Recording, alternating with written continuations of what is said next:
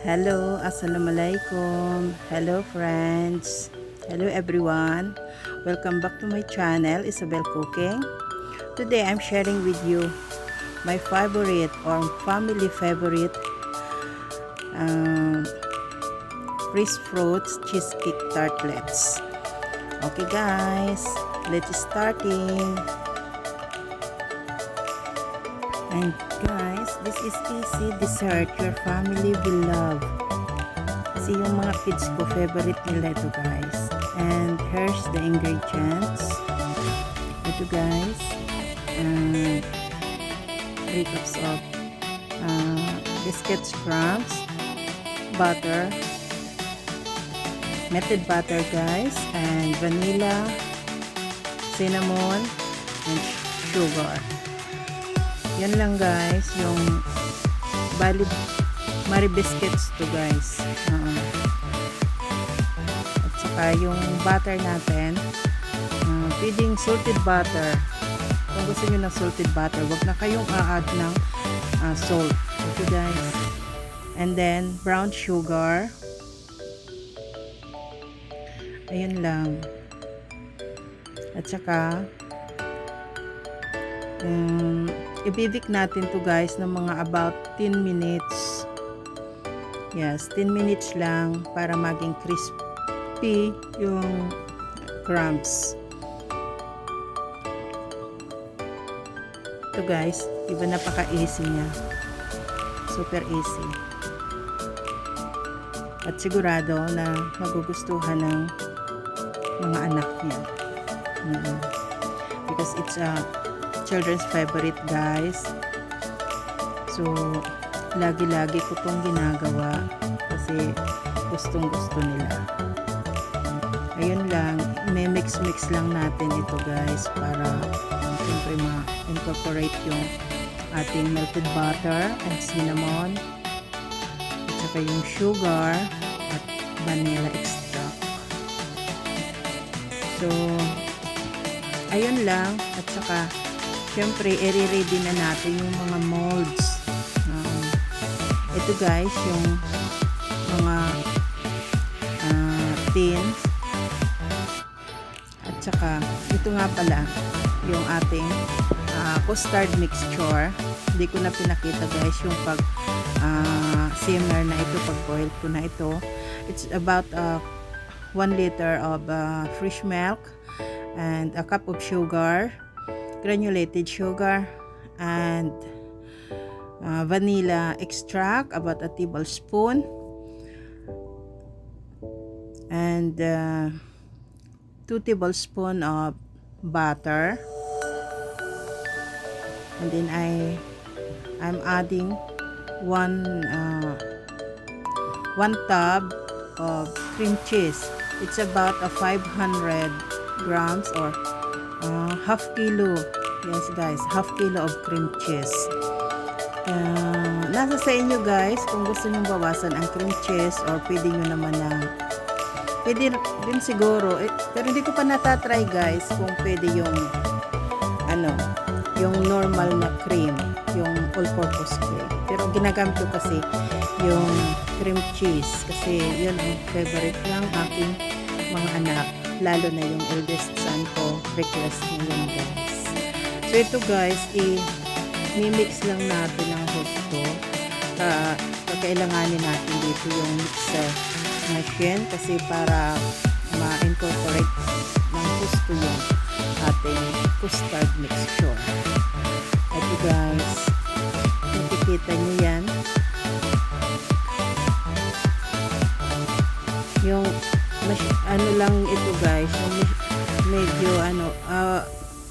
I am sorry, yes guys, hindi ko nasabi sa inyo kung 4 tablespoon pala, 4 tablespoon of custard powder. Kung wala kayong custard powder, pwede na rin guys ang cornstarch powder. Yun na lang po inilagay nyo kung wala kayong custard. Magagawa naman natin yun ng paraan guys, diba? Kung gusto talaga natin gawin. So pwede din yun guys, kasi na-try ko yun minsan pero wag yung aalisin yung cream cheese, or pwede siguro kahit all-purpose cream, baka pwede yun guys. And ayun na nga, syempre vanilla extract, huwag yung aalisin yun kasi yun ang nagdadala ng ano niya, aroma dito. Ayun lang, minimix ko siya guys kasi para ano siya eh, para lalong lalong mag incorporate yung cream. Ayun.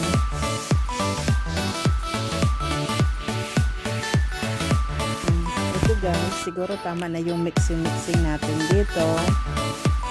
Kasi ano na siya eh, di ba? May iba na yung kulay niya.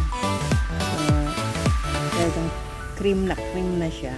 Kaya ngayon, i-ready na natin yung pagtatapingan na ito. Ito guys, kita nyo. Di ba?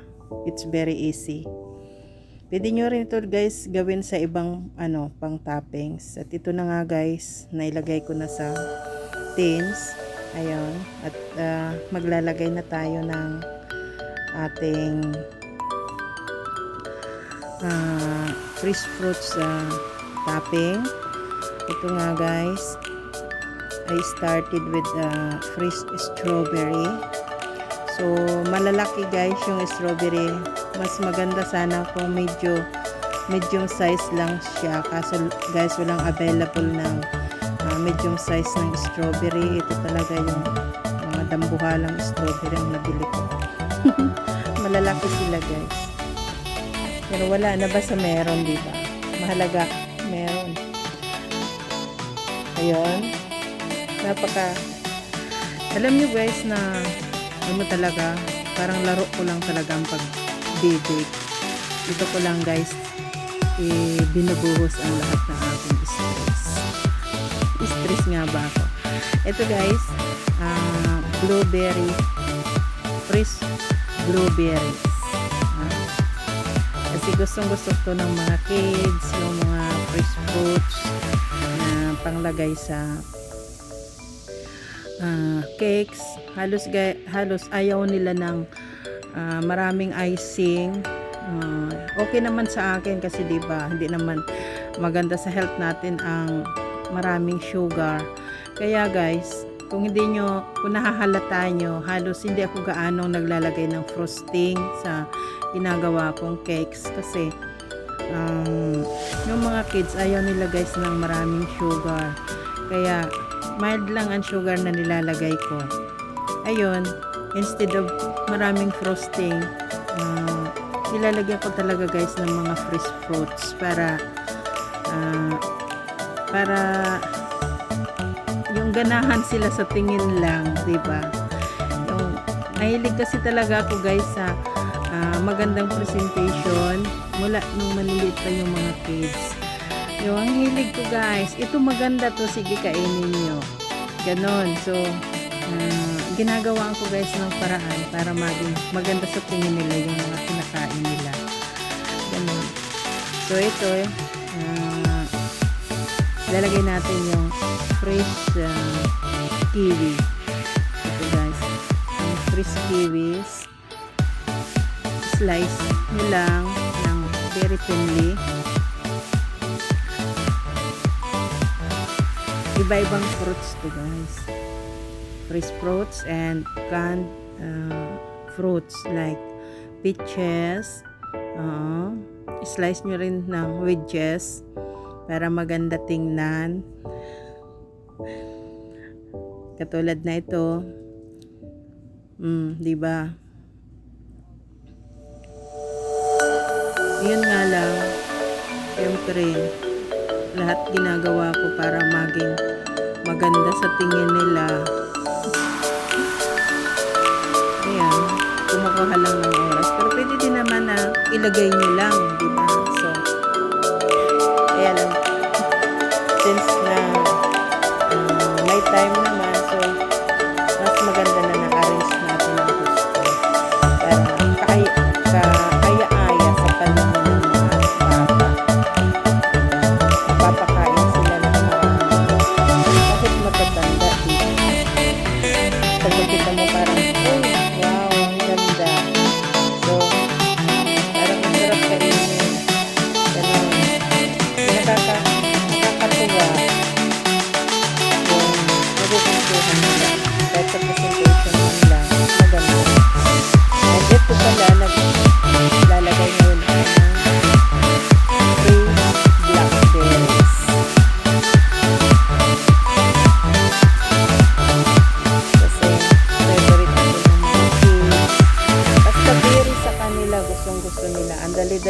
mawala sa ref kapag yun ang nakikita nilang nasa loob. Diba? Ang sarap.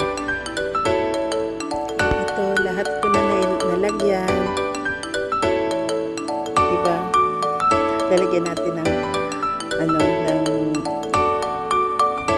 toppings, yung ating pineapple kasi parang napaka-gal ng color niya. So, meron 3 blueberry. Ganun lang. Ayun, nakita niyo yun. Maganda dito.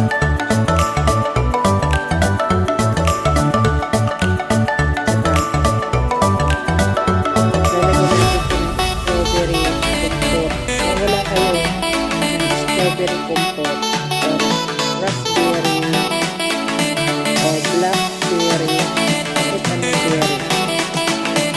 Pwede rin ang jam kahit anong jam. Pwede mo pineapple jam, strawberry jam, mixed jam, ganon. Mango jam, orange jam,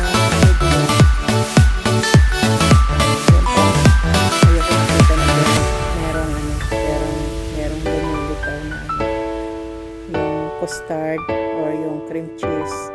So yan, lalagyan ulit natin. Ito, kita nyo kasi yung pag, di ba ang fruits hindi naman gaanong katamisan. So pag nilagyan natin ng kompot sa ibabaw, yung strawberry kompot o kaya jam, so medyo matamis siya, kaya nagbabalance yung taste nila. Ito, di ba, ang ganda-ganda. Dali lang itong gawin. Diba kung meron kayong mga special na visitor, pwede nyong gawin. Siyempre, kahit sa pamilya, diba?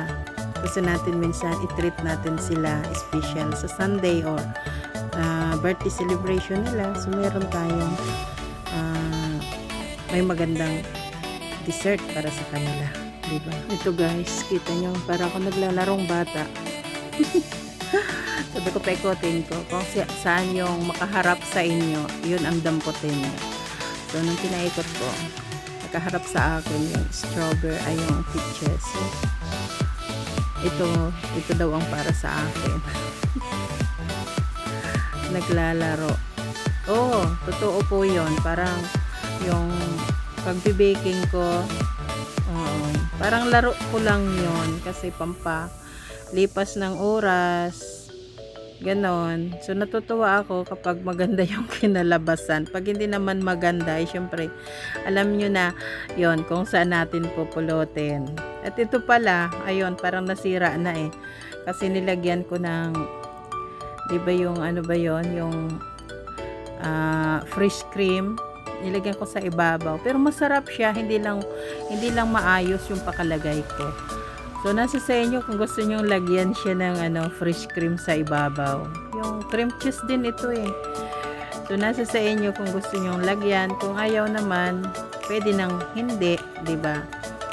So ayun naman kasi para yung iba kasing kids gusto nila ang ganon. So kaya nilagyan ko. So as you can see, maganda diba?